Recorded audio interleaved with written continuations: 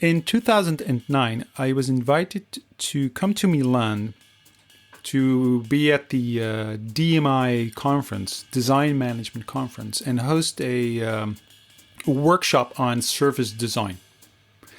2009 was a really busy year for me. I do remember because I just before like the day before, I was in Kuopio in Finland, where Satu Miettinen invited me to do a lecture on design thinking and service design at her school. And I flew first to Amsterdam for a stopover and directly to Milan and to be at the DMI conference. Now, I expected about 20, maybe 25 people to attend the workshop, and they put me in this room. And if you're a facilitator, you know the situation that you specifically around when the service design thinking, when and I plan to do this customer journey mapping exercise. Obviously, I had my pre-printed canvases there, and I want people to learn by doing. So I had paper, I had pens, and the whole thing. But the room didn't really have any wall space. Okay, so I'll try to figure it out. Usually, we either work on tables or on the floor, so I was kind of figuring out how to deal with that. It was a very small room. 50 people came. I think more even, because I don't think I stopped counting. But it was 50 people in a room that could probably hold 10 to 15. So people were sitting in rows, and so we gather all kinds of chairs, and there were people standing. And here I was, trying to kind of do this workshop on journey mapping. So people were working on paper and pen on their laps, and very cumbersome, but still. In hindsight, it was actually quite successful because there was so much interest.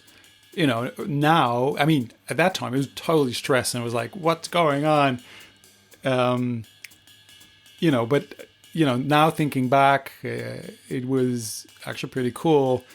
Anyway, I remember that really well. I also remember at that conference meeting a lot of people who were interested in design management, and I met people who are still friends, and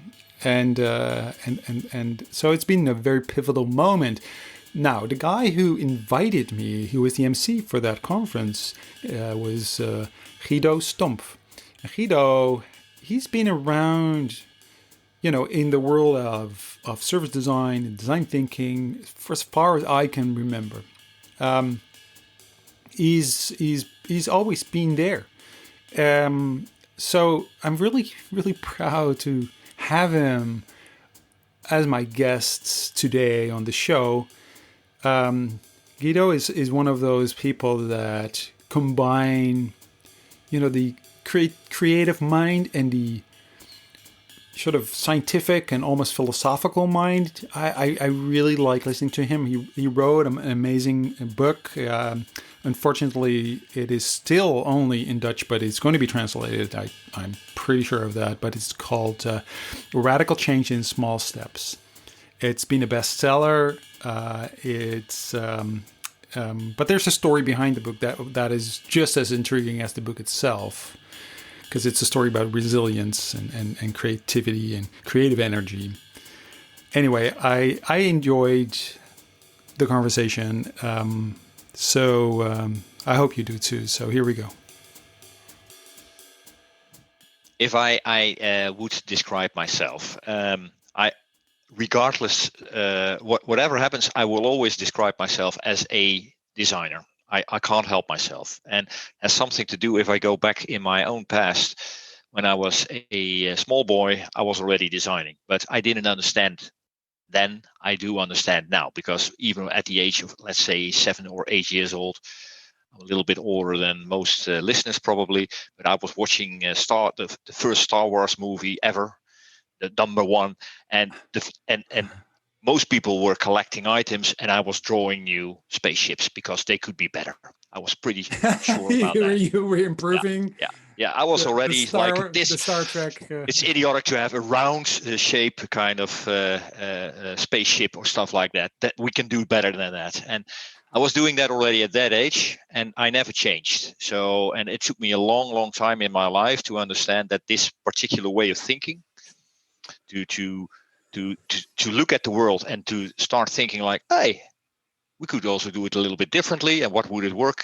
How would it work out? That's basically what I'm doing all day, and I did that my entire life. And I worked as a designer, and I worked as a marketeer, and I worked in communications. I worked in art, but I was always looking with the same kind of eye, like how can we get nice things? Like for instance, if we take a look at art, what can we put together which will change the original meaning of the things apart from each other? Yeah. How could we put those things together?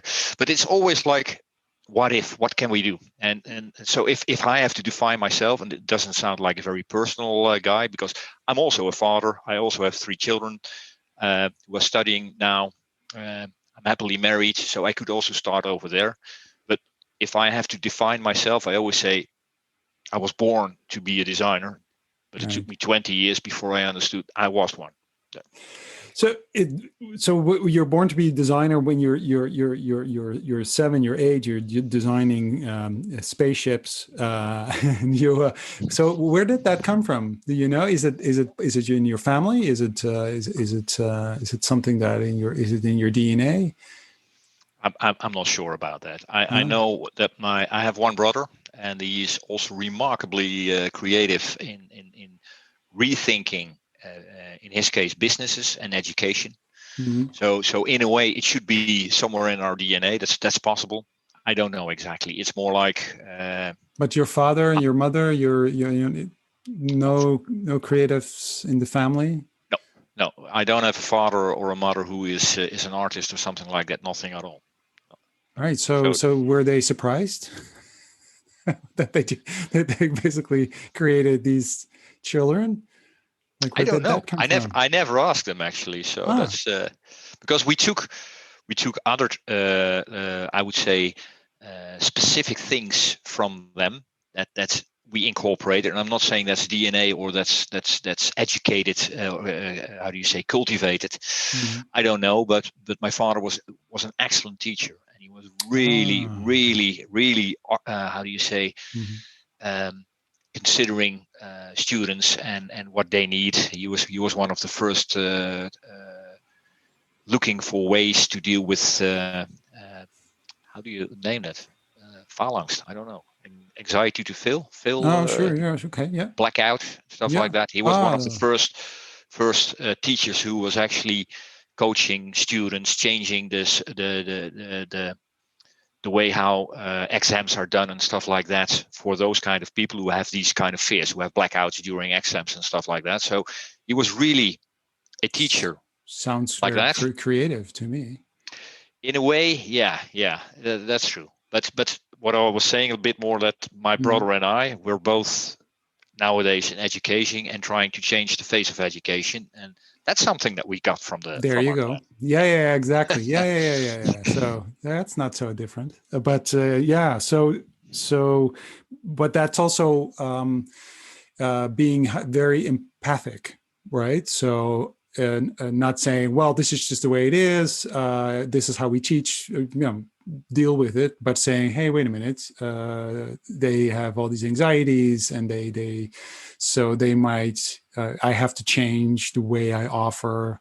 Well, that's a very good observation. Thanks, Arne. Right. In a way, what I learned from him, and my mother's a psychologist, is always to take the other very serious in what they say and what they do and how they think, rather than saying he's wrong, you should do it differently or whatever. It's more like how is he thinking? What does he need? Exactly, which is something that you kind of took that to design, but eventually, Yeah, eventually, but it's yeah, exactly right. So, but so so that is sort of interesting because it is all about, empathy and understanding kind of how other people see the world and how they, experience things, and then being able to say also to see, hey, the way we offer it is actually wrong, so we can change the way we offer things to Yeah, fit with their needs, which is designing basically, and redesigning a system. So that's redesigning the spaceships. That's anyway. that's where I started. Yeah. Yeah. So where did you go to school? Where were you born? Where was that? I was born in the southern part of the Netherlands, Zeeland.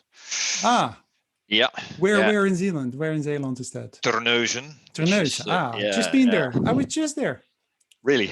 Yeah, Okay, yeah, okay. because it's because we went on a autumn vacation to Zeeuws-Vlaanderen, and Ah, then you basically pass Terneuzen if yeah, you and if that's you. the best thing what you can do with it. Sorry for I all know, those who are living in Terneuzen. I know, it's just like yeah, But there was one big advantage over there, and that was I was into sailing a lot, and I wow, yeah, sailed and surfed and did all kinds of stuff on the water.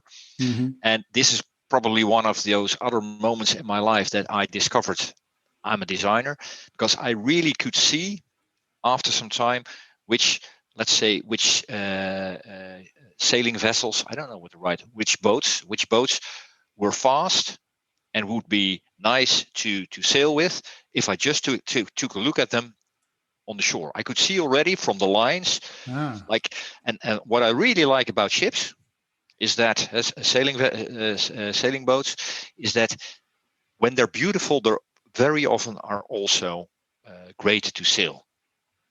You can actually there's something magical about it, and you see that with cars as well a little bit, and planes and stuff like that. I'm now just talking as a product yeah, yeah, designer, yeah, but there is, we can see some aesthetics in things that are functional, uh-huh. but not in the classic form follows function, which is very boring. Mm-hmm. It's a sailing vessel is a perfect example of how something can be really nicely shaped, really nicely curved. You can take your eyes around it. You can take a look at one of those lines, and you can see that it's almost perfect. And then those boats, they will sail splendidly. And that's one of those things that intrigue me. Can I create those kind of things that look so nice and are so functional? And this is how I started as a product designer. But that was before the empathy part and stuff like that. All right. It reminds me a little bit of which is yeah, it's a kind of a different topic, I'm afraid, but it does remind me of this. There's a film called I think it's called The Beautiful Equation, and it's a film, a documentary about someone who wants to discover whether if an equation, if it's if that can be beautiful, or if it's only functions just numbers, and so there's all these famous scientists that they interview, and all of them say if it's not beautiful, it's probably not right. Yeah. so so Yeah. and for me that was like my brain went like Yeah. so they talk about aesthetics in an equation, and you can tell because it's beautiful it is Do you, actually right. And do you so know it's the kind of word amazing. Occam's razor? No. Occam's razor. That's in science Mhm. a saying for that. If you have 10 equations that explain something, Uh-huh. pick the most elegant. Well, there you go. Yeah. Oh, there's a word for that. Well, no, Yeah, but to it's me, Occam's so razor. so I am a school dropout, and because of my dyslexia and all that. So for me, those moments, and I love learning, by the way. So that's not it's not a learning disability, but I love learning. But for me, those were moments where my brain went like boom, like so aesthetics and beauty and emotion. Even though these people who seem to be so extremely rational, but they're not. They're extremely emotional. It is also about beauty and about elegance and about. So to your point, you can look at a very functional. There's a boat and it's functional, and you put some signs on it. You say, well, this is how water kind of flows, and it is how So this, but actually, it also creates beauty. Yeah, yeah. You can actually and take a look at it and think, wow, this is just perfect. This curve, and the more experienced yeah, you are, you better you can see it. That's kind of weird, but there is this relation, and I yeah. really like it. So is that because, and I'm just making this up as I go along, but is this because we are more part of nature than we like to kind of admit, because we are nature, and because we are if we can be in tune with nature, we can maybe, so to your point with the boat, we know what we feel water, we know how that feels, we know nature, we know what wind feels like, we know what it is. And so if you're more in tune with sort of with your surroundings, and you're more observant, and you're more in tune with your emotional side, you will be able to kind of understand more about what works and what doesn't work, and what fits and what doesn't fit, or what is an intervention, because you can also say, well, I'm going to do something which is like the opposite. I'm going to make like this weird shaped boat that we know it doesn't sail, but it's so ugly that it's kind of interesting again, because it's like an intervention into the system, right? Because I sometimes like those things, like, because I know there's like you have these cars, like these old Volvos, for instance, they're like a kit car draws a car, but they're so, like, that they're going to use a lot of gas, because they're so, because Yeah, it's just, but they survive anything. That's how they look like. yeah, again, right. So there's, yeah, anyway, is there something like that, you think, that you kind Well, of, I would not just say nature. I would reframe it a little bit, mhm, and I would say I don't know if you know the word tacit knowledge, but there's mhm, this. mhm, It's one yeah, of my favorite books in the book shelf behind me. mhm, Is from Polanyi. That's a philosopher from the 60s, and he said, "We know more than we can say." yes, And the thing is, there is much of the things that we feel and think that is basically embodied. And the most simple example I always give to students as well, as I ask them, how is it possible that you don't drop off from your bike? And they can't articulate it.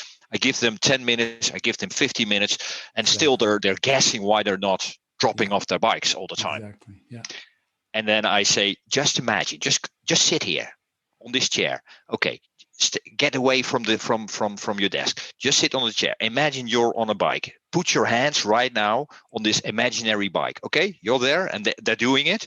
And I say, okay, now you tend to drop to the left side. What is it? What you're doing? And then they're looking at their own hands, at uh-huh, their own body, uh-huh. and they see what they're actually doing. They're suddenly steering Yeah, automatically yeah, yeah, to the yeah, left. yeah, yeah, yeah, And then I start to explain. And this is what I say: the body in this case knows yeah, more yeah, than what we can say.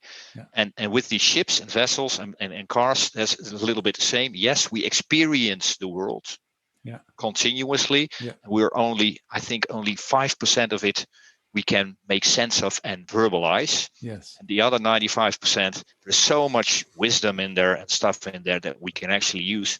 And yeah, if you dare to access it, dare to use your intuition, yeah, then you yeah. can become a really nice creative designer. Yeah, exactly. So that's a really important point, because what you're saying, that language, the words we have, are often actually in our way. If we say it has to be verbalized, if you can't explain it, then it doesn't mean anything, or it doesn't exist. Exactly to your point, that sometimes we just don't have the words for it, but it doesn't mean it's not there. It doesn't mean it's not important, but you can't Or describe without. it. Yeah, and so I like the embodiment, and I think there's a whole, and I've been kind of, so there's a book about this, and it's called A Man Without Words, by Susan Scheller. And A Man Without Words, well, it's not exactly about this, but it kind of touches on this topic of language, because and the limitations of language, because it's a book about Susan, who meets a boy, and she teaches sign language, but he doesn't know sign language, and she's going to teach him sign language, but she discovers that he doesn't have any knowledge of words. And so how do you, and he's deaf, and so how do you teach someone words when you don't know words? And just that thought for me was like, how can you imagine you having no words? No words. And still, and still communicate with each other. Yeah, and they communicated. So he had sort of friends, a group of people who had the same situation and the same condition, and so they would kind of act things out when they wanted to share things. And so in the end, she actually taught him sign language. But one of the key things was that when they asked him, "What were you thinking before you had the words, before you knew language?" He said, "I wasn't." It's like, yeah, but actually he was, but not, yeah, no, but not in a way that he knows now. Exactly, he experienced it. And there's a TED talk. It's called "A Stroke of Insight," I think, and this is about someone who gets a stroke, a doctor, and her language kind of center gets hit, and it's an amazing talk because it's about language disappearing and how then all of a sudden the world kind of just unfiltered comes in. And she says, like, it's like being on drugs. It's like amazing. She was like, whoa, this is so cool. It's I can add a very personal touch to that, because I had a stroke, a couple of them, and I lost sight. And I got partly sight back. But what I really like about this experience, this sounds odd, because I'm still partly blind. I'm missing 30% of my vision in the middle, so that's quite hard in the beginning. But what I learned and what I liked is that I could, for some time, observe my own sight, because I could see what my brain was making from the part that was missing. Because it's not that when you miss some part of it, I'm literally missing an area in my view, because it's in the brain. The eyes are perfect. It's just that the image is no longer composed completely. Exactly. So I'm missing a part. But the funny thing is, I could see for some time what my brains would make out of it, because there is no black hole. You can't see a black hole. It's just they give some meaning to it. They fill it in. And it was really funny in the beginning, because for instance, someone entered the door and my room, and he came to me, and I was giving him a hand, and he was like, "What are you doing?" "Oh, I thought you were giving me a hand," because from something in the context, my mind. Wow. Yeah, I saw him giving me a hand, so I gave him my hand, but he was not actually giving his hand.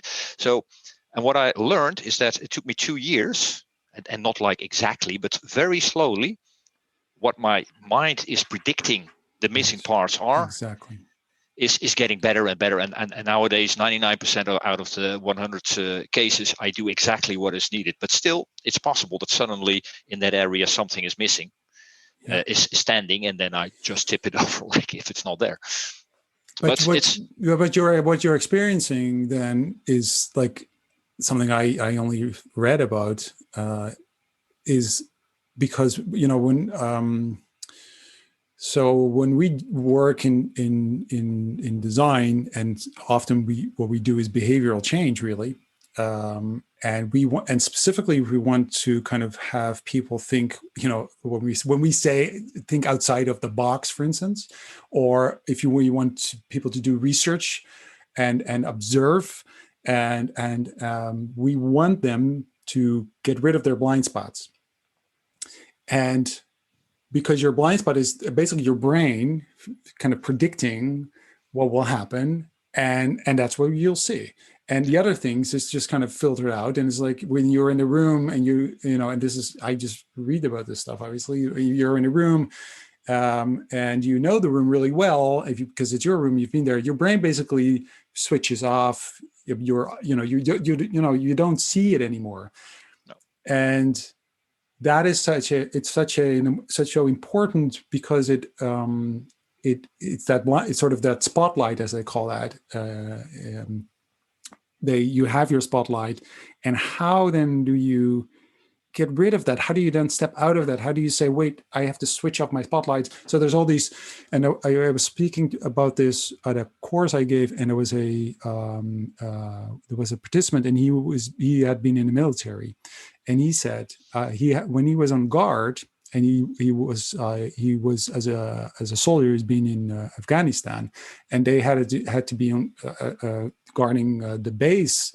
and for hours and hours. And they really had to have all these tricks to kind of to make, because they literally their brain would just switch off. And was there a tree there? I don't know. Was there so they had all these games to kind of make sure that they kept them their brain kind of switched on, really.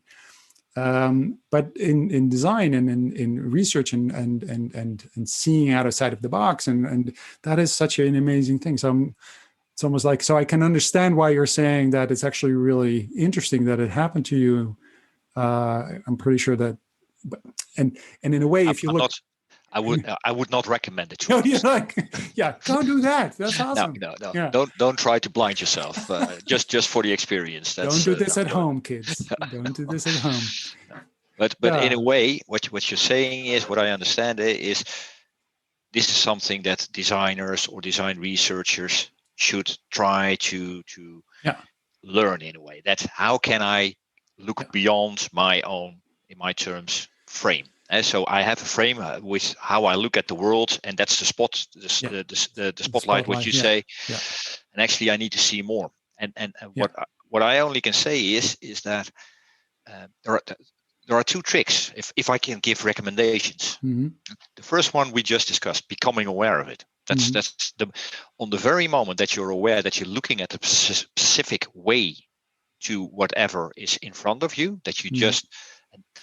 Why do I see? Why do I look at you right now? And am I looking most of all at the R and an A at the back? I don't know why. That the listeners can't see it, but he has some text behind it. But I'm still wondering what R and A means. So that's I don't know. But probably there's an A and an. And no, I don't know. I really don't know. What's over there? It's just an A and an R. Okay. Yeah, it is. Yeah. Okay. Yeah. But you're looking at that and you're wondering, and that's exactly. Yeah, because you try to put meaning to it. Yeah. Yeah. But the thing is, becoming aware of that, you take a look at it. That's the most important thing, because that it gives you a choice. Yeah. Yeah. To also say, okay, maybe I can look at it differently. And to make it very simple in psychological terms, if I do an interview with someone, I can of course listen to him because have some list of interview questions and stuff like that, or I can just put down the interview questions and start listening to what he is saying, and whatever he comes up with, what happens actually with you and me right now as well, we're just going to take that and we're going to listen to that and articulate that, because that's the only way to reframe whatever is in your mind, that you're going to listen to the other. Right. That's one way, and the other one is and this is a bit philosophical, so I'm trying to keep it as simple as possible. But I'm heavily influenced by pragmatism. The American John Dewey, Charles Peirce, and one of them, William James, actually, and he started in a way psychology as well. But he's always saying that we experience a stream of consciousness. So things are just going through us, and what we do as a human being. Probably animals as well, by the way, but let's say as a human being, is that those we observe and see those things that are relevant for our well-being right now. So if I'm hungry, if I'm walking through a street and I'm hungry, I see different things than when I need to go somewhere fast and I'm just trying to find a way to get somewhere faster, even than I'm biking right now.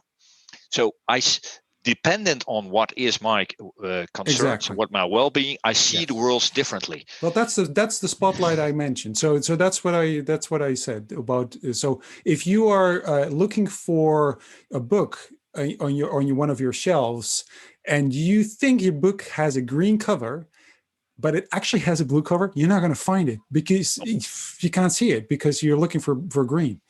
So so your spotlight says green. And then this is where you kind of you don't see your car keys, or you don't see your whatever, because you're looking for something different and your brain doesn't see it. So that's sort of so similar. If you, for instance, I always had this, like, if I for instance, I don't know, if you have for instance, if you buy a car and you think it's a car you've never seen, nobody has that car and in that color. And once you buy it, you see it everywhere. Like, yeah, okay. You start seeing that exactly. right. So But it's like, we can also reverse it, Arne. yeah. Yeah, and if I still use the same pragmatism as a lead, what they say, and I really like this metaphor because it's so simple. They say you have a mind which is in the background, observing everything, and you have a consciousness which is in the foreground, which puts the focus on something. And what happens is every now and then your mind will say, "Hey, consciousness, wake up! There's something important." And this sounds really weird, but just imagine that you're driving in your car, your blue car you just bought, the new one that you start to see everywhere, and you're driving through a neighborhood, and you don't see people, and you're just driving there, and you're talking on the phone with your wife, and blah blah blah blah, and you're driving a bit too fast, and suddenly a ball bumps, bong. Bunk in front of you in the road. Yes. Now something happens because immediately you will stop talking to your wife. Yeah. Immediately you will scan for what's going on around you. Yeah. And what will you scan for, Anna? Kids, exactly. So the first thing is there a kid? Because there's a possibility, it's a hypothesis, that a kid will run on the road and trying to get the ball. Yes. Right in front of your car. Exactly. So the first thing you do is you're going to slow down. Yes. Where are the kids? Where are the kids? Yeah. Now, what happens is your mind took control and says to your conscious, you need to deal with it right now. Whatever happens. Yeah. Now, and why I like this story so much, I wrote a paper on it once for teams, is surprises, like the ball, are the benefits, because those are the moments that we get new framings, new ways of looking. Suddenly I'm ripped out of my entire normal ways of thinking because of a surprise, and I have to reconsider what is it that we're doing, where are we going, and stuff like that. Now, if you want to be creative, organize for surprises. Yes. Exactly. Make sure that things happen that you will not expect, and suddenly you become a very creative person. Yeah, but that's very scary. Do you have surprises? Yeah. Yeah, I think that makes you very, because then you don't know what's going to happen. A surprise is something that is unexpected, and you don't know what the outcome will be. So you amaze me, Arne, right now. No. Because I tell this story more often, and what I noticed is, if I explaining this to managers, they say this is scary. Yes. If I say this to young people, they say we love surprises. Mm-hmm. Of course.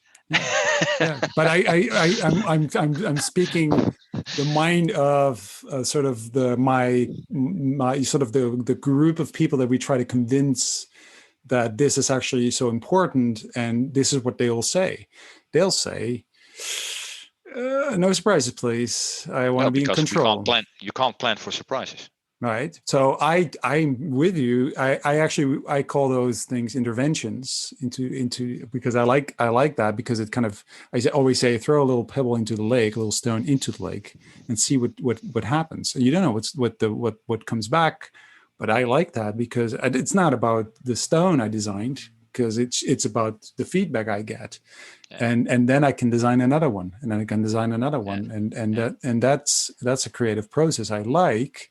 But it's not always something you're allowed to do in a business environment, because people want to be in control, or at least they want to pretend that they are in control, because they're really not. But they want to pretend that they are in control by the language they use, by sort of the way they guard sort of their processes and their protocols and all the like. And if then you say, let's organize the prizes, and they're like, no. So how do you deal with that? How do you deal with those? Because I know you've experienced the corporate world, and in the academic world.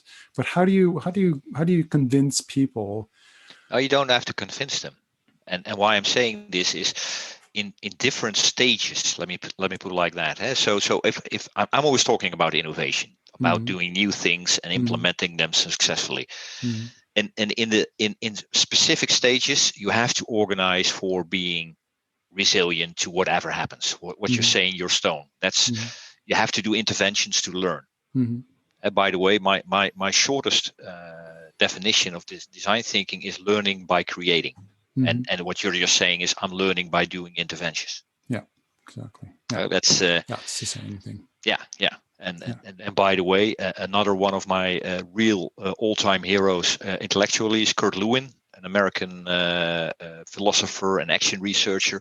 And he always said, if you want to understand the system, mm-hmm. try to change it. Yeah, exactly. That's the only way. That's the only way. Well, that's part of a sort of complexity theory, right? So if a system is too complex or chaotic, you have to create an intervention. Otherwise, you can't analyze it.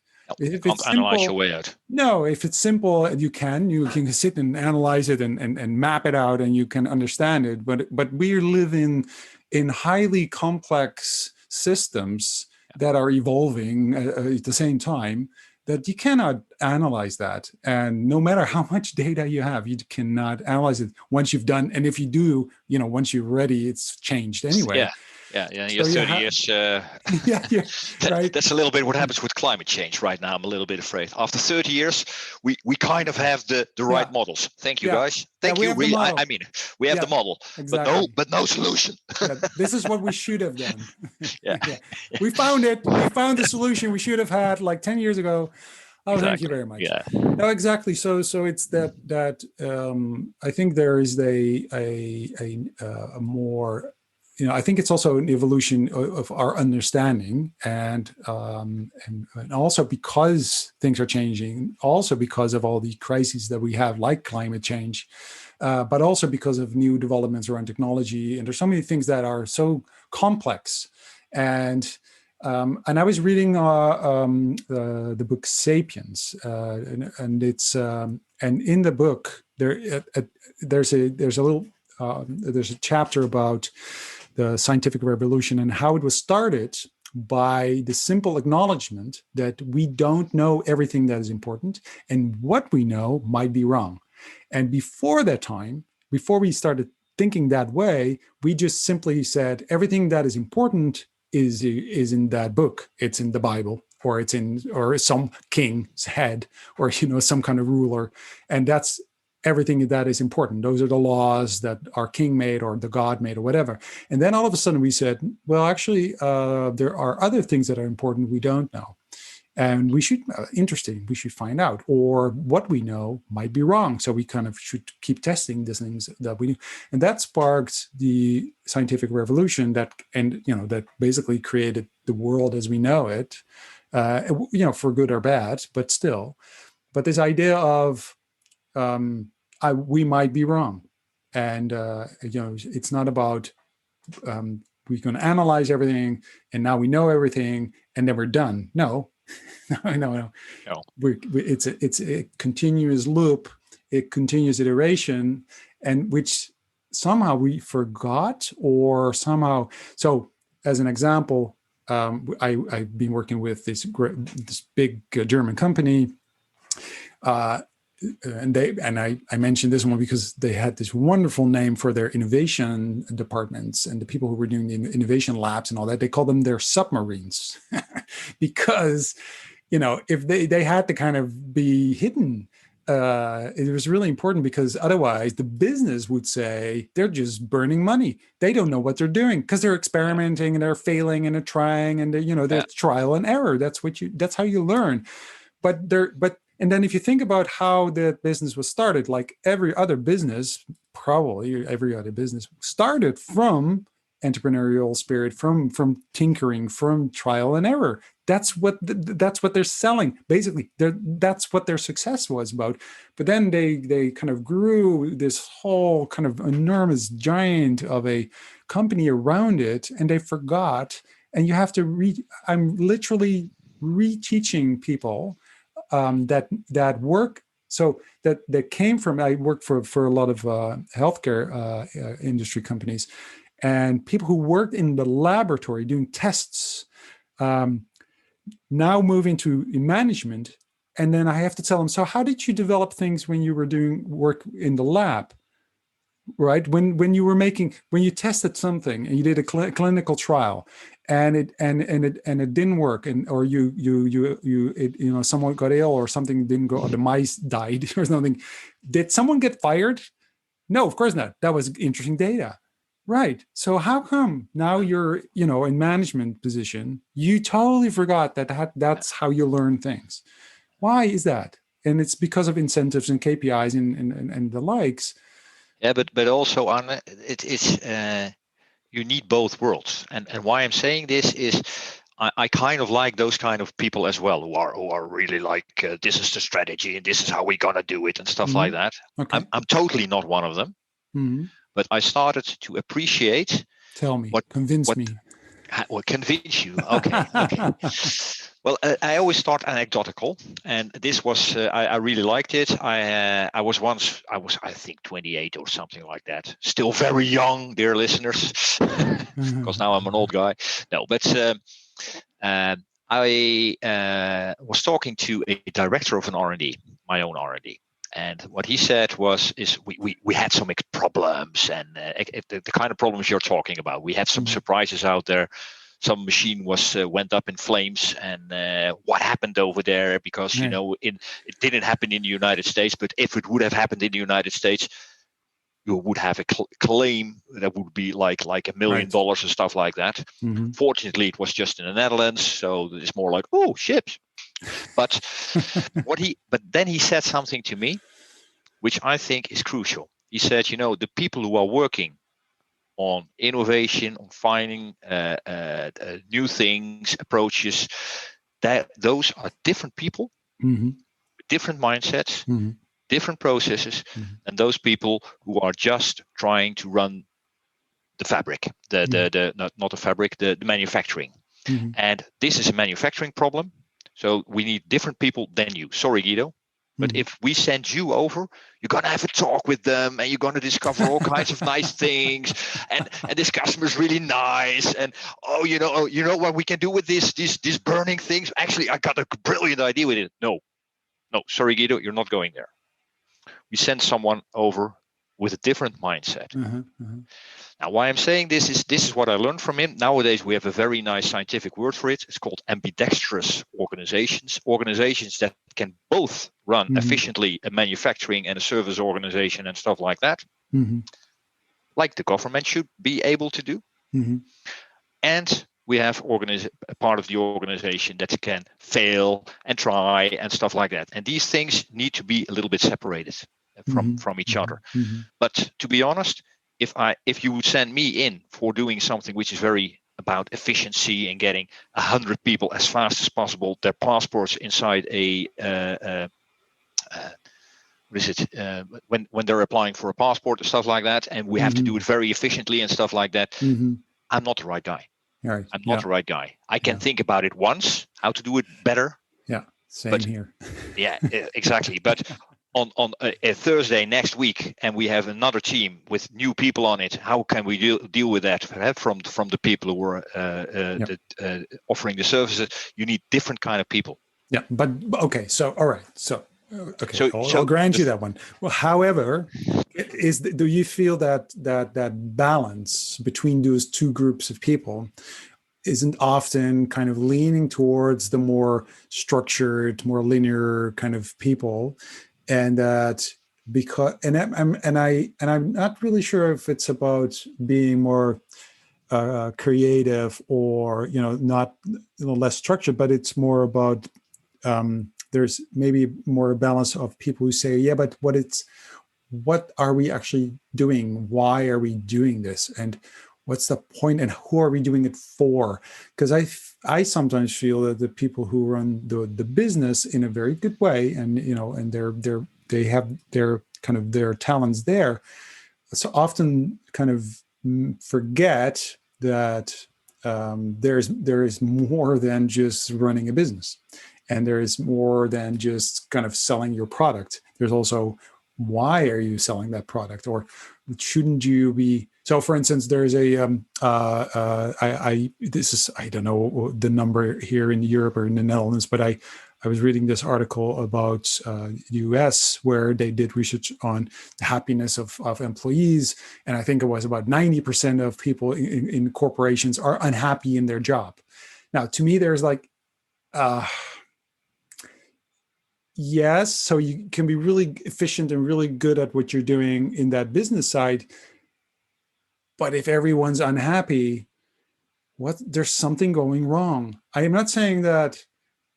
I mean, I don't want to go to this idea that we have to kind of build an utopia. I mean, I wish we could. I don't think it's possible. We're human beings. We are faulty. It's complex. Sure, I don't know, but there's something in my gut saying there is a bigger need than ever to create meaningful business. And I'm saying that because I think that a lot of people and that it's not just young people, it's people like me and like you who feel drawn to doing meaningful things. So if you have a talent in your company, nowadays, HR companies struggle with keeping talent, retaining them for your company because, they rather work for a startup because it feels more meaningful to them, either for their career because it's nicer, because they're happier, or they go to a company that has a sort of purpose. I don't know. I'm not sure if you feel the same, but it might. I've been feeling that for a long time, and this is, I think, why things like design thinking and that kind of agile thinking is on the rise. Is there is something broken? There is something broken, and I don't know what that is. I don't know. It's because it's highly complex. But I think that there is something broken, and we somehow have to play a part, we as human beings, not just us as creatives, as people out there, to kind of somehow fix it or nudge it or show sort of a path forward. And I don't know. What's your feeling about that? Well, anyway, I recognize very much what you're saying. And I think we're right in the middle of a tidal wave of and it's not just design thinking. So there's purpose economy and the donut economy. There are all these kind of things that are in a way with pointing the same direction.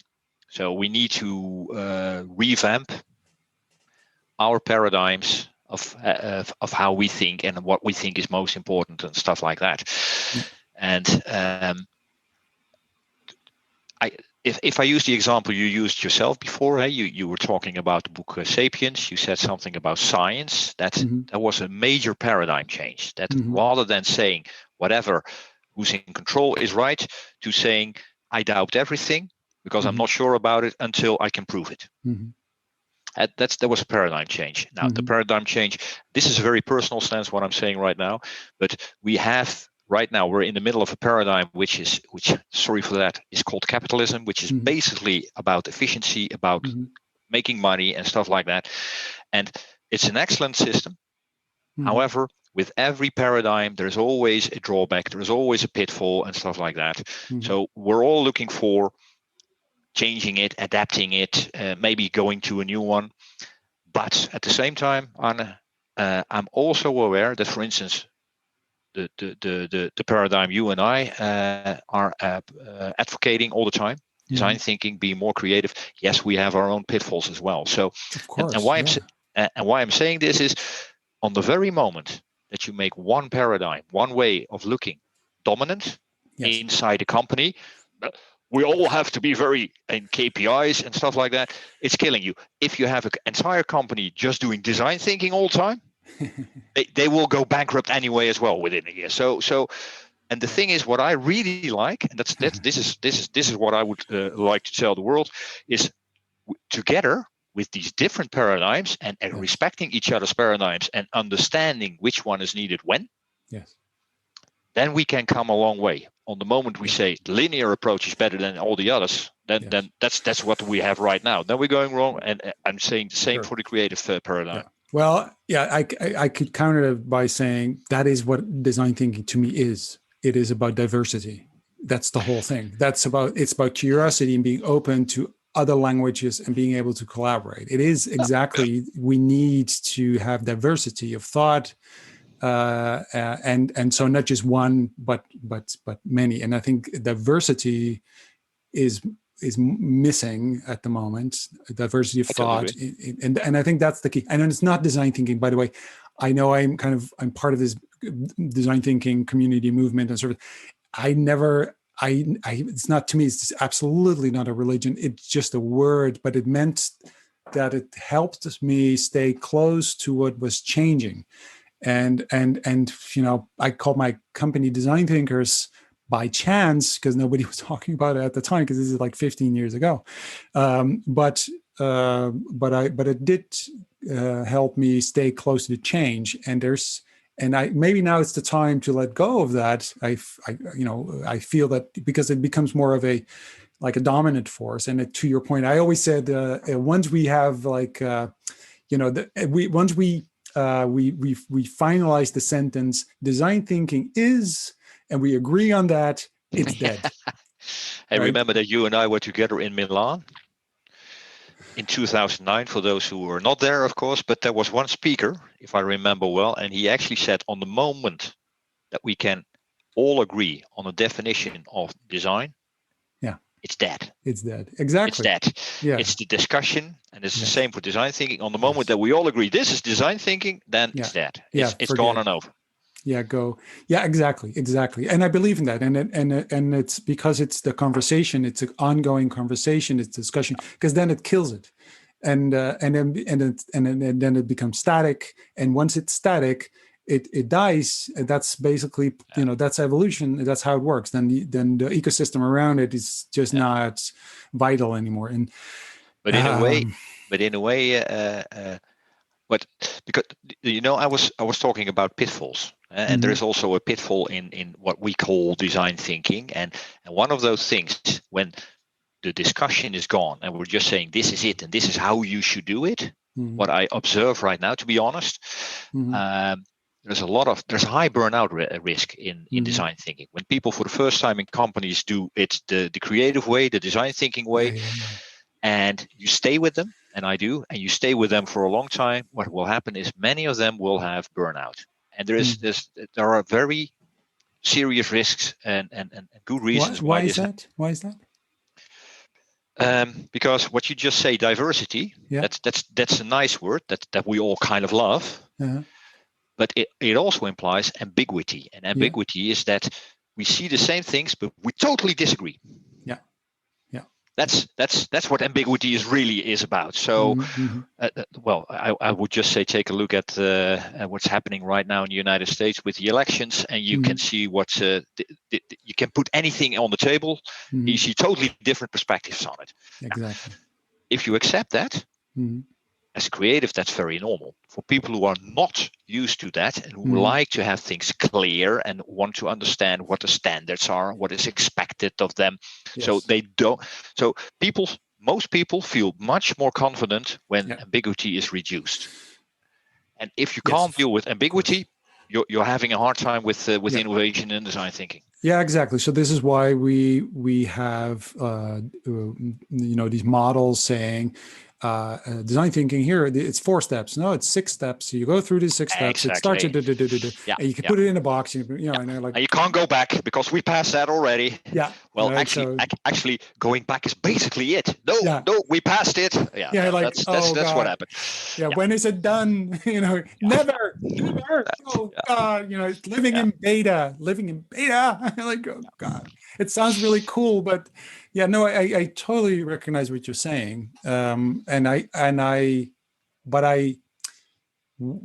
I would like to kind of add to it, from my perspective, is that we are just at the start, and somehow we feel as and it's what we have been taught, I think, in our businesses, in our schools, or in our cultures. I don't know exactly where it comes from, but is that. We are short-term thinking people, especially in the West, and also in the East nowadays, by the way. But it's that capitalism, I think, is part of that. Is that I want my success in my lifetime, and I want to experience it as quick as possible. And I want to be, if you're not successful when you're 30, in your 30s or 40s, that's really sad, because that's basically what you want and expect. I don't feel it as successful if I create something for the next generation that they might have the success, or generations later. So it's from this idea of, um, if I have a family business, for instance, like many German companies are, you have a different way of thinking. You think about next generations, or if you and traditional, or more like traditional Asian philosophy, and some Japanese companies have like a vision for the next 100 years. We can't imagine it. First, it's like, no, I want my success now. And I do feel sometimes also, because we are all part of that kind of drive, in that if we so we started with this service design and design thinking, and then there's UX and the whole thing. But I want to see sort of results now. I want to be able to change those corporates. I want to see that change. I want to see my. But at the same time, I also feel, no, we're at the start. This is the start, and we should think about, what do we leave, and how do we educate next generation, and what do we give the next generation so they can continue our kind of journey. And I think I'm really interested in that kind of thinking of what can I do, so instead of me wanting to have a success, and I want to have this company go through this transition, and I want to see the world change, and what can I now build for the next generation that they can actually build on that, and they leave it to the next generation. So it's this short-term thinking versus long-term thinking. And I think we need that, because I think that is more meaningful. But but it's also, in a way, telling me that we have to let go of certain things, that we can also sometimes slow down a little bit and say, hey. So the back of your mind, it might be telling you this already, but sometimes you have to kind of stop doing things. We don't have language for it. We don't have mind wandering is the only word I can come up with that is sort of positive, in the sense of, otherwise it's just being lazy or procrastination, or doing nothing. But actually doing nothing and observing and seeing things, seeing patterns, and understanding the consequences of what you do long term, instead of just keep running and keep running and keep running and keep running, because I need to have my quarterly figures, or I need to, I don't, whatever. We're always running, and there's a contradiction in that we kind of feel that we always have to keep moving, because that's change, and you can never stand still. And at the same time, I feel that we need to kind of slow down, calm down, stop doing stuff all the time. It's okay. Your brain keeps working. It won't stop still. It don't stand still. You can't even get it to shut up. It will keep working. But if you don't stop, you're not listening to it. You're not listening to your gut feel. And we're going to come back to that tacit knowledge again. You don't listen to your tacit knowledge. You know so much more, but you have to sometimes just stop. But now here's the paradoxical situation, Mm-hmm. and I know you paint a lot, and draw a lot, correct? Yes. Yeah, exactly. Yeah. So in a way, you organized yourself to do it slowly, to take a good look at what's happening in front of you, and to observe. And I know you from a long time ago that you were quite observant as well. So that's basically a bit what I recognize. So this makes perfect sense for you, right? Yeah. Mm-hmm. Now the paradox, what I see in the topic we're discussing, design thinking, right now, is that its promise, and how it's very often used, is design sprints and scrumming and agile and running,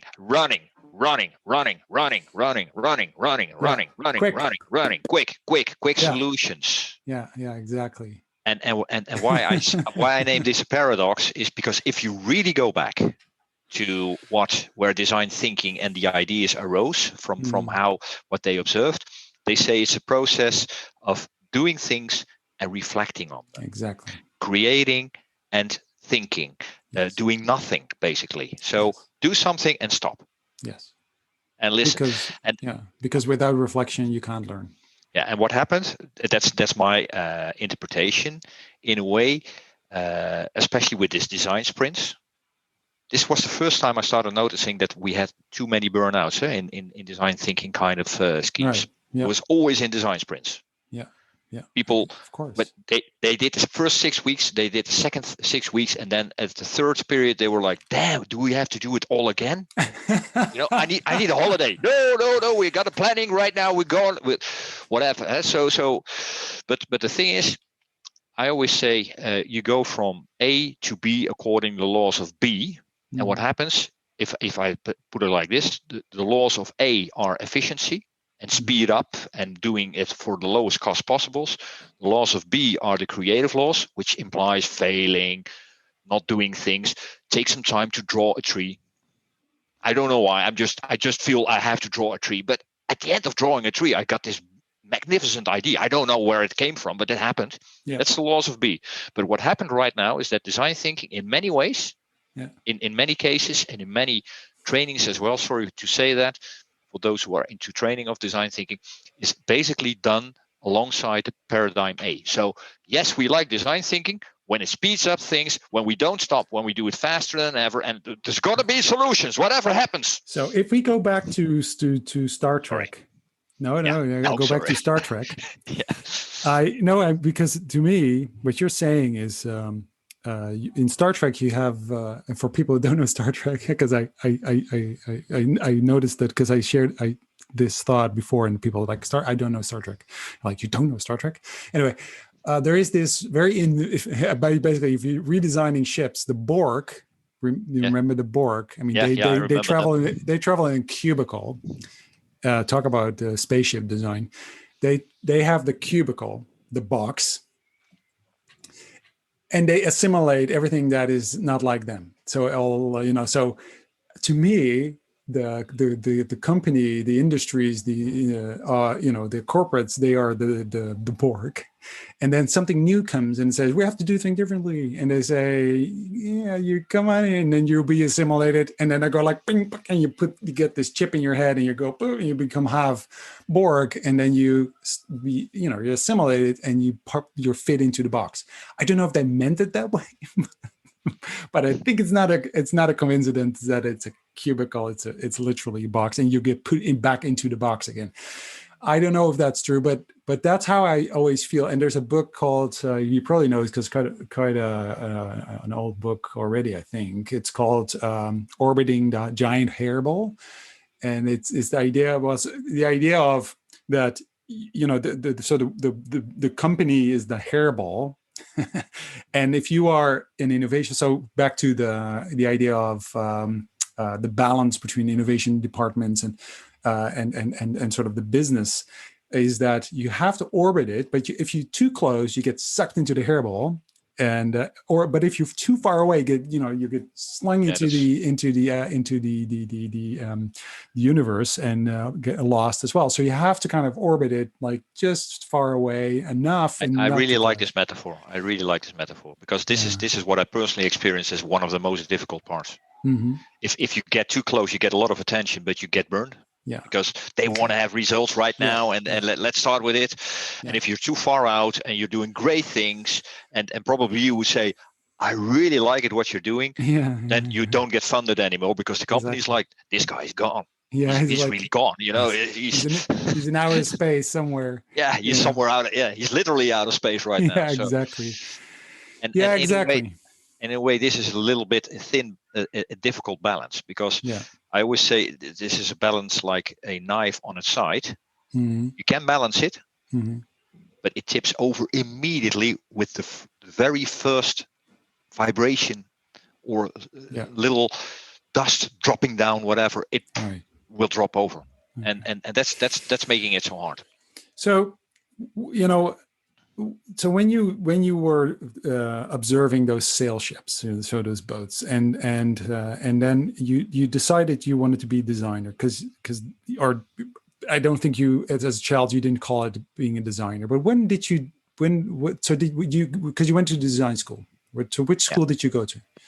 Technical University of Delft. Yes, Industrial I design. think the most famous one here from the Netherlands, at least to me, to my knowledge, that's where all the smart people come from. In my, Well, I live nowadays in Eindhoven, so and there are very few educations in Eindhoven. So if I just say yes right now, then I can't live here anymore. It's one of those great institutions. It's one of those great institutions. Yeah. Well, now for me, if I would hire someone and I don't care about their resumes at all. I care about who they are at the moment and what kind of people they are. But if it says Technical University Delft, there's always a little light bulb goes like, hey, that's interesting, because they learn how to think in a very different way that fits really well with what we do. So I'm really, if I didn't go to that school because I have just like, I'm a school dropout, as I mentioned, but I went to, I taught a class once at the school in Delft. And I remember walking in for one of the first times and I thought, if they would have had this kind of school when I was a kid, the way it was at that time, and at that time they had all the machines out in the main hall, and so they changed that. But at that time it was all there, it was all visual, and I thought, whoa, I would have loved to go to this. Baker's culture. Yeah, it's like amazing. Yeah. Anyway, but you went there, and how is that where you kind of discovered, or why did you go there? Why did you decide to go there? What was the draw? You said, yes, I'm going to be I can make a very poetic and nice philosophical thing, but actually it was quite straightforward. Mm-hmm. I didn't go there at first. Okay. I studied maritime technologies. I wanted to become a designer of boats. Yes. Yes, and they had these great kind of basins where they have these American Cup kind of races they were pulling through on the open day, and I was like, this is my life. This is where I want to be. This is exactly what I'm dreaming of. So I went there, and then we did a lot of math, we did a lot of mechanics, and we did a lot of physics, but we didn't do any designing, and I never saw those boats again after 1 year. So I got my first year. Proper Duits on Dutch, and I was like, I went to a professor, and I've always, quite opposite to you. I'm not a high school dropout. I'm more the kind of guy who's always trying to get great grades and stuff like that. No, don't be sorry. No, it's just yeah. So I finished my first year in June, and I was like, I went to a professor. And I asked him, when will I start doing design? Because I didn't like my first year, to be honest. And I really liked him. He said, you won't. He said, to be honest, that was a little bit part of and maybe one of you, of all those people who are now in the first year, one of you maybe will become a designer, but all the others will become engineers. Right. So that's what was happened. And at the same time, there was this School of Industrial Design in Delft, and they had exactly what you said. They had this hallway basically filled with machines and devices and stuff like that. Fantastic. That was one thing. And there was another thing which was really interesting to me, which I didn't understand. Because I was spending, I would say, 10 hours of studying and 40 hours of having fun. And they were having 40 hours of working damn hard and 10 hours of having fun. And for some reason, I was like, that sounds like a real proper study to me. Right. Because rather than just studying books, they were making things. This is something I can explain right now in hindsight, and that takes much more time, guys. It's much easier to learn from a book, I always say, than trying to write your own one, which basically is designing. Yeah, exactly. And I was attracted to that, so I just moved on. I didn't know what industrial design was, but at least they're making things. At least that was a good thing. And then I discovered that what I liked is that they put people centerpiece.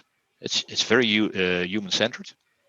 So I learned product design. And from then on, I learned many more things: interaction design, interface design, service design, and so on. Not just on the school, but later in my career. And I moved back because when I started with it, but I still have the same feeling, is that their idea of how innovation works is rather technocratic. Is rather rational. So that's the downside for all those who think like, I want to study there. Yeah. It is, design thinking the way engineers think design thinking is about. Yeah. Yes, people are most important, so we put them central. We're going to study them. Yeah. What I'm missing right now a bit, and probably you as a school dropout did that much more than I did, is what I call artistic research. Just make things in order to learn, to see, and that's something you don't learn in Delft. Yeah. Yeah. Exactly. So, but anyway, long story.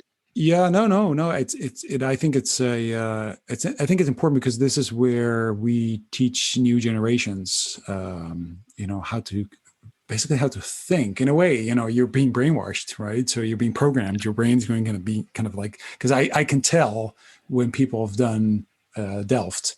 I mean, it's not like I can do blind tests, like talk to me for 5 minutes and I know which school you went to, but I can tell in the way they think, and it has an amazing benefit because they are really good critical thinkers, and they are people. So just one last anecdote about Delft is that I've been teaching a lot of schools, and and I usually like a guest lecturer, and most of the time I do a lecture, and then I say, okay, any questions? And no questions. And students are like, yeah, whatever, maybe one or two. In Delft, before I started talking, they had questions, and they went like, can I ask you a question? I'm like, what's going on? Like, what? Oh, this is awesome. Can I open my presentation first before you start asking questions? Yeah.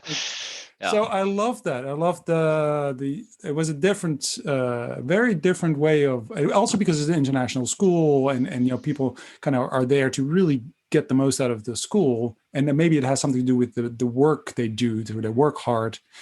But I like that. I like it. Yeah, I like it as well. But I genuinely believe, and to be honest, I'm back as a professor of applied science right now in another school in Holland, in Amsterdam. Mm-hmm. And we're working closely together with other professors. Mm-hmm. I really believe that we need a new kind of design thinking education. Mm-hmm. And which is not, we can learn a lot from Delft, but there are some things missing. And we are really redevising what education should look like for developing design thinkers for 2026, something like that. And so what should it look like? Well, one of the most important things is we were talking before about different frames, different perspectives. Mm-hmm. Well, the implication is in education that they need to work multidisciplinary. So you need to put people in, young people who mm-hmm. did 2 years of software coding and stuff like that, together with people who worked on on nursing and stuff like that, together with people who are into creative business, together with people who are working on mechanics and stuff like that. Right. They have to come together in a team. Mm-hmm. Then they discover something really weird. These people are nuts. They think very, very strange, and then discover that actually together they can come up with ideas that are really, really, really nice. Sometimes great solutions. Sometimes it's a total fail. It doesn't matter, but they have to learn that they are having different frames, different perspective, different knowledge, and right. And that's one of the first things that I think is really important. And the second thing is this. Well, and this is basically design thinking, but in the Netherlands, beyond design education, there are many schools right now who say we need to have design-based education, also for physiotherapists, like that. Right. So, yes. So this is much wider than just design education. For instance, Stenden Hogeschool is completely changed everything. They say every course we do is design-based, design thinking-based. And we're not that far in Holland, but we're going there as well. What we say is every professional, regardless whether he's studying physiotherapy or he's studying creative business or he's studying communication or he's studying software, it doesn't matter. They have to learn to think critical, and they have to learn how to design, because that's the only way in your own professional practice later on how you can come up with great ideas to solve a problem. You can't analyze your way out, to quote you yourself, Arne, what you said before. Yeah. So if we just teach them how to analyze, They will try to analyze the way out. If we teach them that they can analyze and you can have to design and create and stuff like that, and possibly we develop a new generation of professionals who, for whatever problem there pops up, the first thing they will do is like, I need other people around me, diversity. And you know what? This sounds like innovation. Maybe we shouldn't try to analyze. Maybe we should try to make things first. But this is where we're amidst of this change in education in the Netherlands. Right. Higher education. So I understand.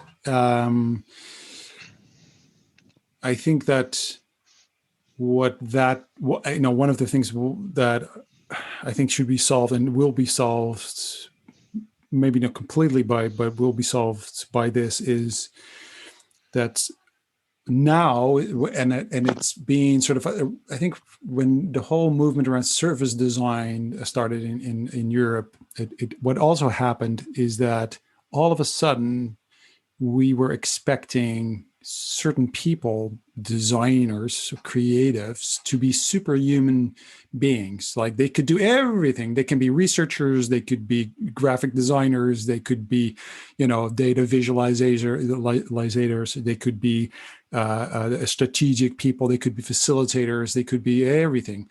Whereas, and then they said, oh, that's called a service designer or something, which is something I've never understood what that was, because what exactly are you? But what I do feel is that so it's a team effort. It's actually, you have to get these people together and they have to be able to collaborate together and understand that it's better together, basically.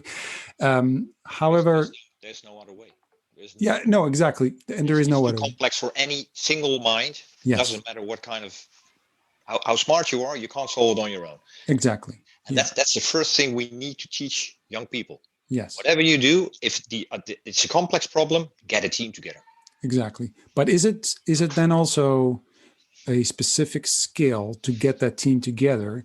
So this is a creative leadership podcast, and and I'm not talking about hierarchy, but I'm talking about self-leadership, and it is sort of a leadership quality in each and every one of us, and not sort of this.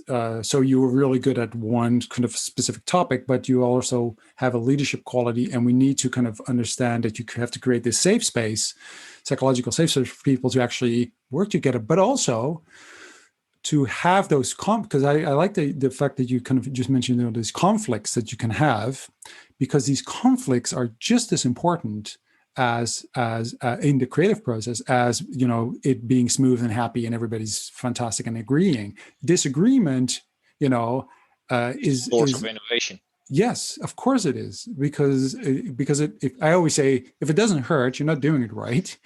So. And my similar approach is, I always say those teams who are happy clappy getting to the end, they never win the competition. Exactly. It is those teams that are fighting and have arguments and disagree on anything, but in the end come up with something they agree on.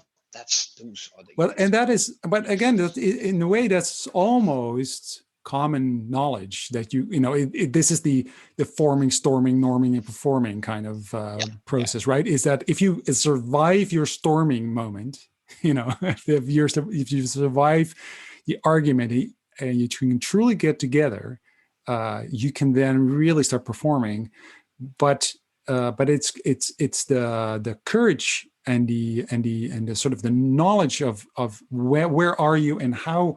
That tension is okay, and disagreement is okay, but create that space. So someone needs to allow those spaces, because if those students go to any business now and they say, they try to apply it, they don't get that environment where they can actually practice that. Now, I know there's a lot of agile companies at the moment. They're changed into these agile models where they work in tribes and squads and the likes. And if you are if you're in a tribe, you are almost, you're a self-sufficient team. You're very independent in making your decisions. Now that's to be quite honest, maybe a little bit cynical, most companies, that's just language, and people are totally confused because nothing really changed. They still Monday morning go to work and sit by, and they're like, I'm in the tribe now. What do I do? I don't know. But that's my experience working with some agile companies. But it's just, again, it is the start. It's just the start. We just started doing these things. So it's also amazing that these companies are there and they're doing this, because it's part of this evolution, and we're seeing it. Just the acknowledgement that we have to be agile, that we have to do this, or reorganize ourselves is great. But these students, I'm just really worried about them in the sense that we need to kind of then also make sure that will they end up in an environment where they are able to kind of use those skills, or will they become very cynical? And I'm saying that because I've been, to your point, also when you talked about the burnouts, when I've been teaching people who are, for instance, in sales, and they went through this design thinking course because they had to, because their boss told them they just had to have the certificate, basically, and they went through the training, and they all knew, like, we can't apply it because no way I can do this in my company. So they actually became a little bit more frustrated because they understood the value of it. I mean, these smart people, so they got it. It's just that, how do you make sure that, where do they go?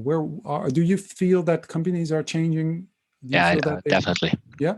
Definitely. But the thing is, Arne, we're talking about paradigm change again, and another one of those famous books I read, Thomas Kuhn.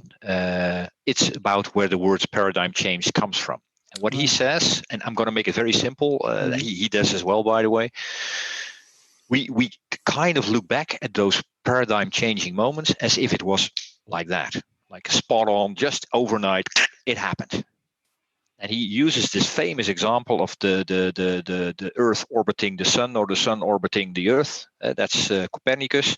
He says, Copernicus took a long time to write it. He didn't publish it when he was alive because he knew he would be killed, or he would be in trouble. And even when it was published, it took them another 80 years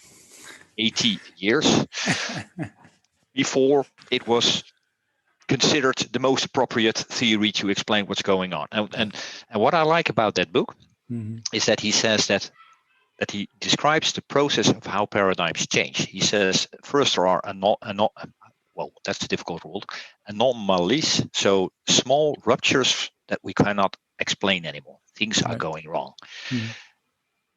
At first, we ignore them. After some time, we try to explain them with very weird kind of theories.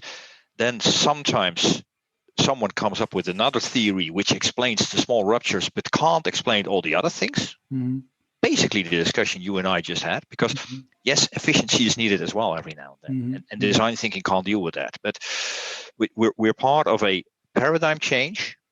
In the end, someone will come up with another bigger paradigm, bigger than the control and capitalism and efficiency paradigm we're in right now, but it's going to take a long time. Maybe it's the donut economy. Maybe, I don't know yet. Maybe I don't know which one it is. The purpose, I don't know which one it is.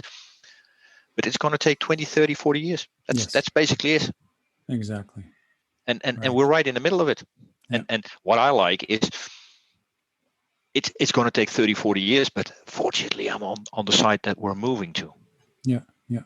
Because and now I'm saying something that maybe is not so good for the podcast, but I'm very happy I'm not part of the big oil companies or stuff like that, who are always very big and stuff like that. They're going down very slowly. They're going down. That's really funny to see. Yeah. They didn't change their paradigm. They didn't went along with what is happening. Yeah. And it's just an example, but Exxon, one of those big oil companies, is dropped out from the biggest economy index of the world, because they're not so important anymore. Yeah, exactly. They lose their relevancy completely. Yeah, exactly. So, which is, so there's. Yeah. So I. Yeah. No. Go ahead. It was a detour. Sorry, but what I'm saying is, I rather be part of a movement that tries to develop students who are used to ambiguity, who are used to working in teams, who know that it's hard. They understand that it's going to take creativity to get a problem solved, rather than just being very analytical. And yes, sometimes some of them will be very disappointed in real life for the time being. But that's the only way how we can move on, how we can change. Yeah, that's very true. I wanted to talk a little bit about something you just shared before we started recording, because when you started writing your book, and I thought it was a really powerful story because because you had you had a series of small strokes. Well, actually quite big ones. Oh, yeah, also big ones? Okay. Yeah. And can you retell that story? Because I thought it was such a powerful story. Okay. Right. Okay. So, yeah, that's yeah. The thing is, I never had time. Yeah. To write a book and stuff like that, because I was always moving forward, typical for design thinking, rushing, going forward. Yeah. Then I had a series of strokes, indeed, and serious strokes and risky strokes. And then at one moment in time, I lost my eyesight, first completely, and it slowly got back. Mm-hmm. But from 80% loss up till 30% took 2 years. And the thing was, I could not read anymore and stuff like that. So it was a little bit weird situation. Mm-hmm. To say the least. Yeah. Well, maybe the weirdest part is that I was not concerned, but everyone around me was a lot. Oh, yeah. Oh, okay. Yeah. Oh, yeah. I can imagine. Yeah, sure. Yeah. Because when it concerns yourself, at least that's for me. Yeah. You're a bit more like, okay, this is the new situation. Mm-hmm. So how I move on, I don't know yet. But the funny thing is, and I think you're referring to that, is I need to learn to type blindly and stuff like that in order to be able to communicate and stuff like that. And then I had to write all these boring stuff, because they just gave me something like a podcast basically, and I had to type it out blindly. And I was like, I could have used you. Actually, yes. By then you could have used me. I was transcribing stuff, and But actually, I'm a creative, so I was a bit more like, is it okay if I start writing a book? So during that period, I started to write the book on design thinking. It's Dutch, by the way, unfortunately for the others who are listening to it who are not Dutch. And I could finish it for, I think, 60-70% already. Then I sent it to a couple of publishers, and they were all very interested. And so it became a bestseller in the Netherlands. But the thing is, even then, maybe that's the reason why you liked it. No, why did you like it? Well, I like it because it has something to do with something we talked about earlier. I think we weren't recording there too. You said, so I do this podcast as part of a research into creative people and people who are, all of them are in a way change makers, or they, but. So I told you about an interview I did with Gordon Domza, and where he had, certain things happen and they're coincidental, but you said, yeah, but he picks up on it. He recognizes it. He takes that opportunity as an opportunity.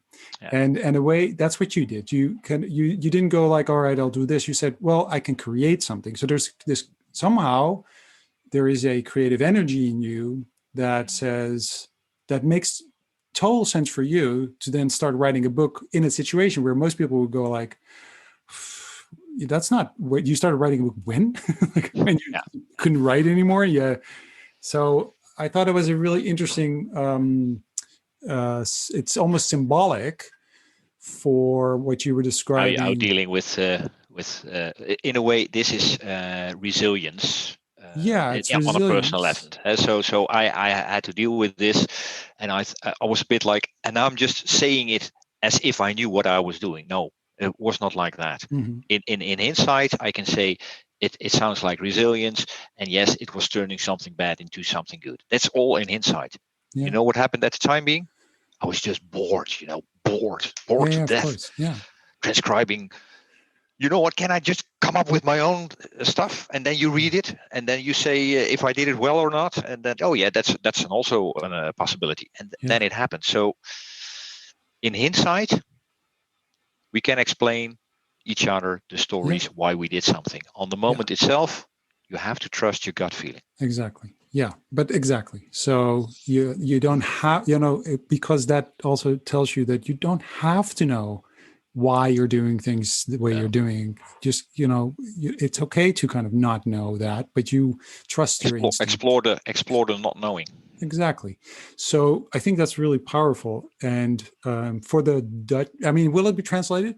What I mean, this question has been asked so often that maybe I should make some work out of it. It will be translated. All right.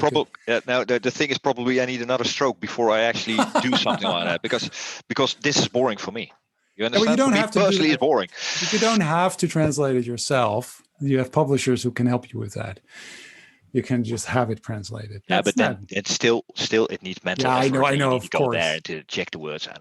But anyway, that's yes. But if it's it's going to be translated. It's going to be translated. But that's when it's translated in English. If it's translated in Chinese, you can't do anything anyway. You don't know what it says. So no, but probably we're going to have a second edition because I don't know where. So for the Dutch people, what's the title and where can they get it? It's design thinking, radicaal veranderen in kleine stappen, and it's quite a bestseller. It was best management book of the year in 2018. So it's easy to find. Don't worry about it. If you type in design thinking books, then you're there already in the Netherlands. For the English listeners, what I focus on most of it, that's the subtitle, Radical Change in Small Steps. And that's basically what I think that we're talking about and on in different ways. Is people believe that we need leaders with great visionaries, whereas in the reality, it's much more about trusting your guts, doing a small step, testing it.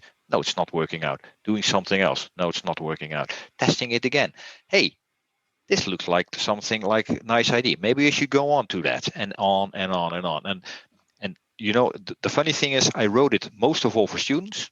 And it became a management book of the year, which was really hilarious. I was explaining it to the jury in front of the audience. I didn't write it for you guys. but here's the nice part of it, Arne, and that's you. I kind of hear you say again and again that managers don't understand yet, corporates don't understand yet, but they decide that this is the book they like. Yeah. So. Yeah. Oh, I'm hopeful for the people. I think I see that and I understand it, because I think the individuals, the people in these corporates and those managers, these are really smart people. I mean, I'm not smarter than they are. They see it. They know it. It's a systemic problem. We're in a systemic problem, and that is and that's it. And we're caught in that. We're all caught in that. It's not because one group is smarter than the other group. No, not at all. So I think we're in a systemic problem. And again, we're going back to complexity. And to your point, we change it because of these small steps. So I think the answer to the complexity that you're describing, I totally understand why people kind of want to know that and want to kind of follow that route, because it's the only possible way, because you cannot change that system at once. There's no way. You have to take small steps. So it's so logical, and we need people to tell us how do we do it? What are those small steps, and give us confidence, to that is the way. So I totally see why your book is so relevant and your message is so relevant. So it's, by the way, a small story, not from my book, but from another one of those great authors I like, and he actually stole it. This is the funny part of it, but forget about that. It's Carl Wake, and he is about sense making and stuff like that. And he has this story in one of his books, and he says there was this battalion of soldiers in the Second World War. They were German, by the way. So for those who think now that it's just what happened, he writes it. It doesn't matter. They were German, but they were stuck in the Alps in the snow in the evening. They were lost. They were stuck in the snow. And the snow was dropping down. It was getting colder and colder, and they knew that if they were in deep shit, to put it mildly. So they had to stay there in the night. They were freezing to death, and the next day everything was white. They didn't know what to do and stuff like that. So what shall we do? Stick and whatever. Then someone discovered he has a map in his back, and they take the map. They take a look around. They started walking through the snow, and when the snow is melting a little bit, they find their way back, and they come back to the base camp. Now, the funny thing is, the map he had turned out to be of another mountain area, the Pyrenees. I don't know what the English word is. Pyrenees. The Pyrenees, I don't know what it is. But he had the wrong map.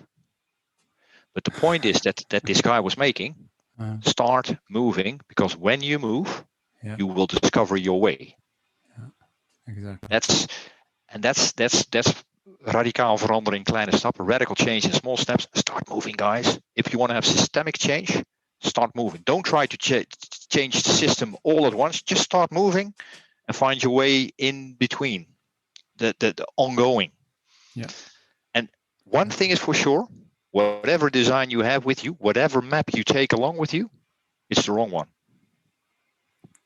Exactly. So yeah, that's interesting. That's really good. That brings me back to a story from *Sapiens* about maps, and where he describes that in the 14th and 15th century they had world maps that were all filled in, no blank spaces, no open spaces. It all, when they didn't know what was out there, they put some monsters there or something, right? Then and then all of a sudden, this, is again back to that idea of it's okay not to know, because that's actually really interesting.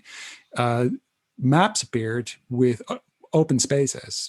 They just put in what they knew, and the rest was open, and that sparked curiosity, and people would go find out what's out there. Even if it killed them, they would go and sail into those areas.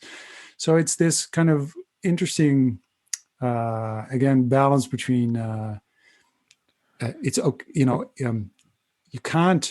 you don't know everything. It's okay. Don't pretend you know everything. But these open spaces are okay, and you go venture into it and start. The map is broken. It's not a good map. It's because it's just partly filled in. We have no clue what's out there, but it allows you to move. It allows you to go places. Like it's fill in the blank. Try to fill it in. That's the wonder. Yeah, exactly. And I that's really cool.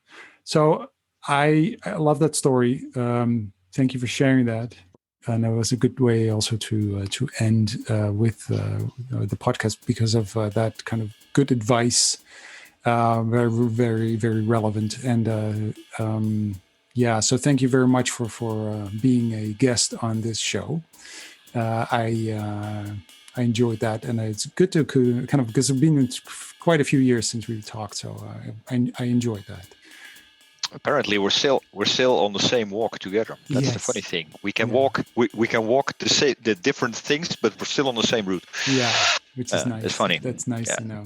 All right. Thank you very much for interviewing.